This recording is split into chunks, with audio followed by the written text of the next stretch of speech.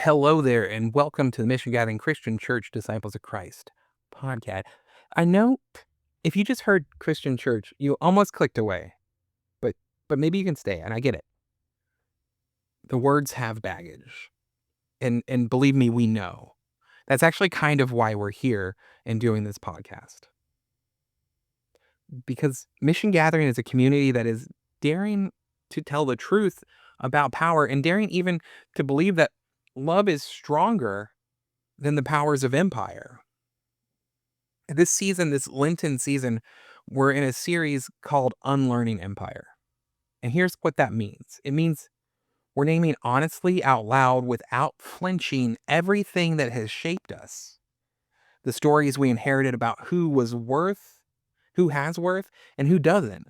The myths that told us scarcity is just the way it is, that violence is normal, that some lives matter more than others, that silence is safer than truth, that this is just how the world works and will always work. We've absorbed those stories. They're in us whether we choose them or not. Empire doesn't ask us for consent, it just teaches us this. So we bring all of it here because God doesn't meet you in your obedience to unjust systems. God meets you in the scared, uncomfortable, necessary work of unlearning what's been binding you, what's been holding you back. And when we say everyone is welcome here, we really mean it. It's not as a slogan, it's as a commitment.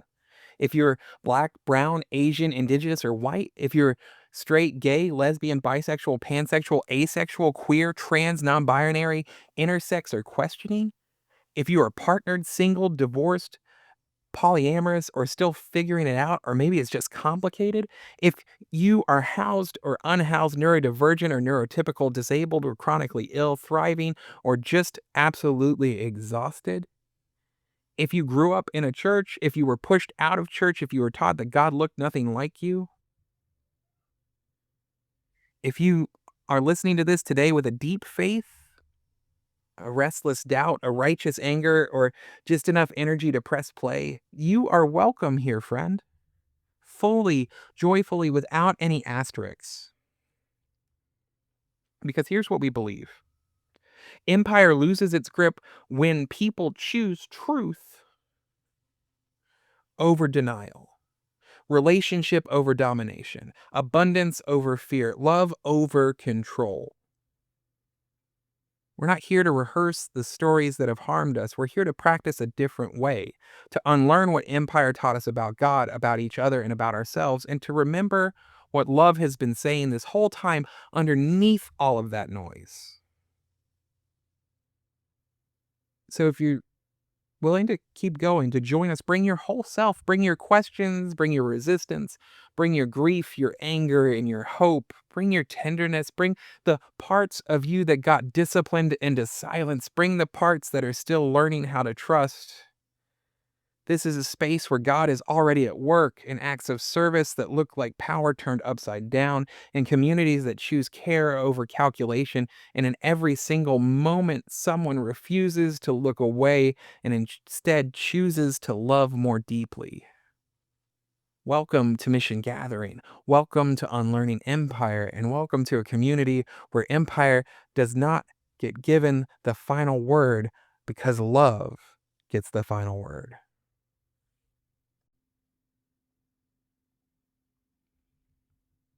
Hello, friends, and welcome back to the Mission Gathering Christian Church podcast. We are in our first week of Lent.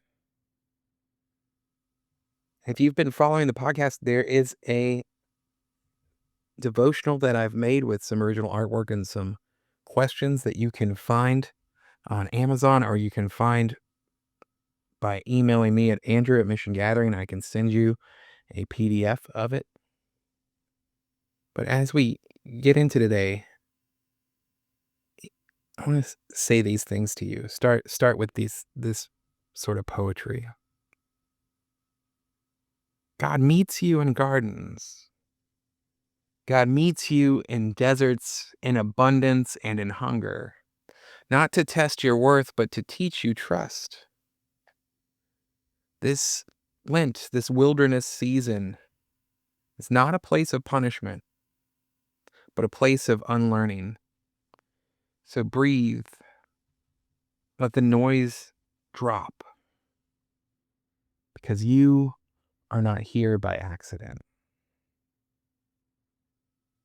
Pray with me. God of manna and mystery, you who meet us in gardens and in deserts, draw us into this holy wilderness. Strip away the lies we have learned, loosen our grip on what we clutch in fear. Teach us again the grace of enough. Amen.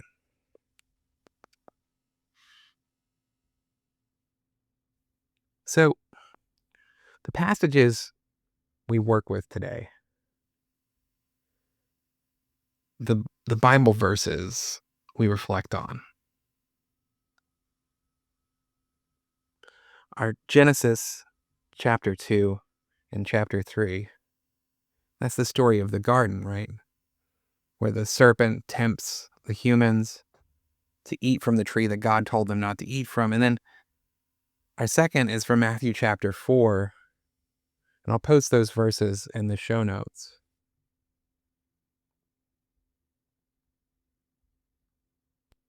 But each of those stories features something. Features a garden, and then features a wilderness and desert. And you've been taught lots of things about both of those stories, probably. But I want to start off right now with saying that the story where the serpent convinces the man and the woman to eat the forbidden fruit from the tree of life, that first temptation was not hunger. That first temptation was distrust. And that matters because most people have been taught to read the story wrong. Like, I bet you've been told the problem in Eden was desire, too much wanting, too much appetite. But the story doesn't start with lack. It starts with abundance, a garden overflowing, rivers running, trees heavy with fruit, work and labor that is meaningful, not punishing, boundaries that are not cruel but clarifying. And then comes that whisper. Did God really say? You can't trust this abundance will last. You better take what you can now and secure a bag for yourself. The first sin isn't eating. First sin is believing that God is holding out on them. It's interesting, right? That lie is older than capitalism, older than empire, but empire mingled with the capitalist system has perfected that lie. Scarcity is an empire technology. Scarcity is not neutral. It's taught, it's enforced, and it's taught and enforced because it's very, very profitable. Empire always begins with fear. You've heard these fears your whole life. If you don't take more, someone else will. If you don't secure power, you'll lose it. If you don't dominate, you'll disappear. That scarcity technology, that scarcity mode, that scarcity way of thinking trains you to believe survival requires competition, that safety requires accumulation, and that there's never enough. Right? We joke about that all the time in our culture.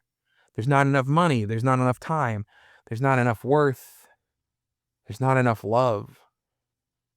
And once you believe in that scarcity, you can justify almost anything. You can justify hoarding wealth to the point where 11 families control most of the world's wealth. You can justify exploitation of the planet, of people, of creatures. And you can justify violence by dressing it up as a necessity because of scarcity. And that's the thing, isn't it? We think that empire is evil and the evils of the world run simply on cruelty. or meanness, but really it runs on distrust. Distrust of God, distrust of neighbor, and distrust of sufficiency, of abundance. So the humans in the garden, they enter into a place of distrust, a place of moving away from who they were meant to be.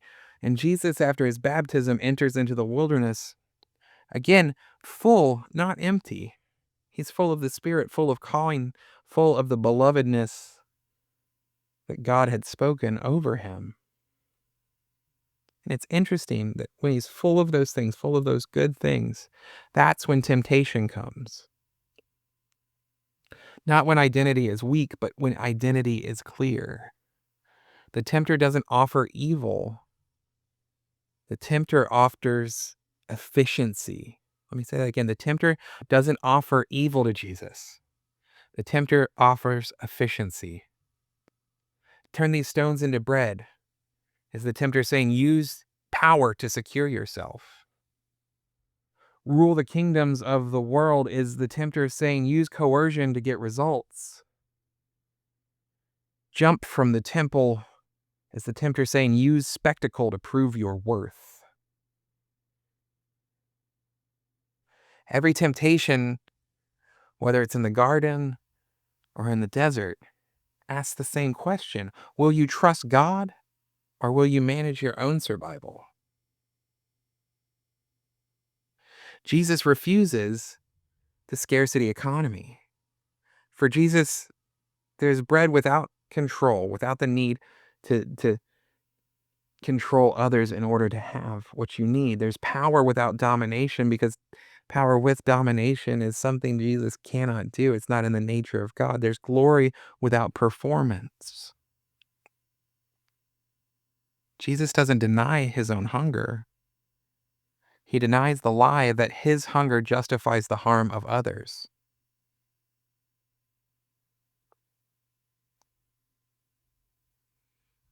During Lent, we talk about fasting a lot. And when you fast, you're not performing, right?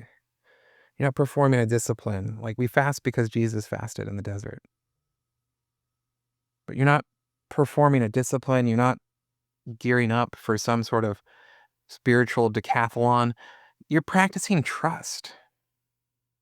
Fasting says that your life isn't sustained by accumulation and that your worth isn't proven by consumption. Your future isn't secured by hoarding. Fasting interrupts the myth that more will save you. And boy, don't you and I believe in that myth so often, friends. Fasting retrains the body before the mind catches up. The wilderness is where empire collapses because there's no surplus to hoard. There's no audience to impress.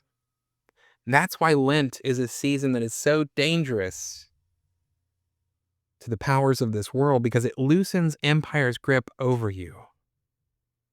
It loosens the stranglehold that scarcity mindset has on you. As you move out of that scarcity mindset, as we fast and train our bodies and our minds at the same time, I want to talk about the difference between mutual aid and charity. Because often this time, this season of Lent, we're given a lot of charities to give to, things to do. But charity often keeps hierarchy intact, doesn't it? There's someone above with all the resources and someone below who needs to beg for those resources. Or maybe it's not as dark as that. Maybe there's someone above who really wants to do the right thing and someone below who's in need. And so the person who wants to do the right thing wants to take care of that person that they feel pity for. But mutual aid is something different. Mutual aid says that your survival is tied to mine. So when we help each other, when we give each other material things that we need, it's not generosity, it's solidarity. It's not benevolence, it's resistance. Here so often people wanting to be like the Church of Acts. They want to be like the first century church, but that early church didn't ask who deserves help. They ask, what do we have and who needs it? You see, scarcity teaches you to protect excess, but the gospel teaches you to redistribute trust. The tragedy of Eden isn't that they're breaking the rules. It isn't rule breaking. It isn't crossing the boundary that God set and that God can never forgive it. It's the alienation from God, from the land, from each other, from themselves.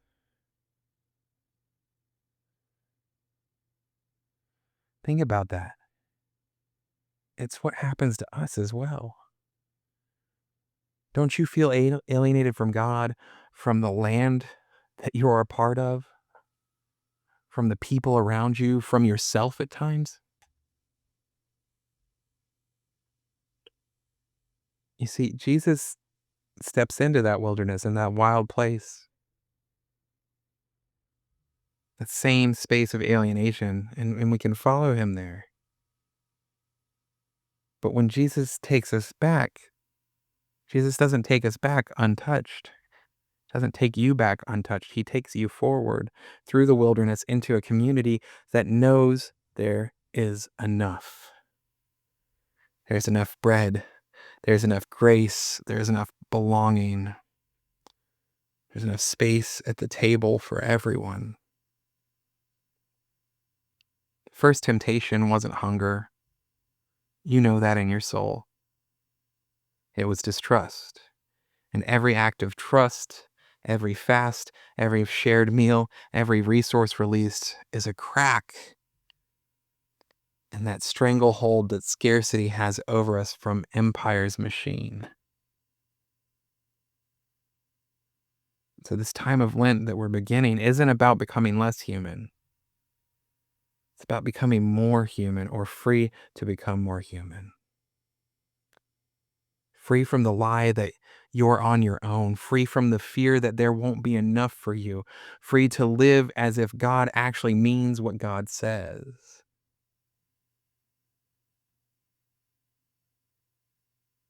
So if you can, with me right now, getting comfortable, if you're not driving, if you're in a place where you can do this and you can close your eyes, maybe let your hands rest open on your lap. I want you to notice your breath. Breathing in, breathing out. Breathing in, breathing out. Breathing in, breathing out. As you breathe, notice your body. Think of the different parts of your body, the different systems and places. Each of us steps into this moment holding fear. Your body holds fear somewhere in it. Notice where you're gripping that fear physically or internally with each exhale. Remember breathing in, and with each exhale, release one thing you fear losing. Allow your body to loosen that grip, to release. Keep doing that. In and out. Let it go, friend. Release it to God, not as a means to bypass, but as a path to the other side of this. Breathing in, breathing out. Pray with me. God of trust, teach our bodies what our minds forget.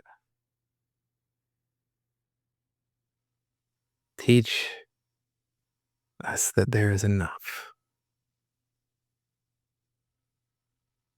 Amen.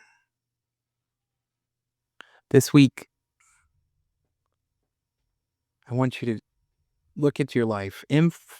Inventory one form of excess that you have, something that you have more than enough of. That could be money, that could be time, that could be skills, that could be space, that could be influence. And redistribute that thing you have excess of. One concrete resource, not as charity, but as trust. My hope for you this week is that you will take that practice seriously and that you will go into the wilderness of this world not afraid and not alone, because you're not alone. We're having a conversation, you and I, right now. Not alone, but to trust the God who provides, to resist the lie of scarcity, and let your life proclaim that enough is enough, that you may find freedom, peace, and joy in this life. Until next time, friends, be blessed.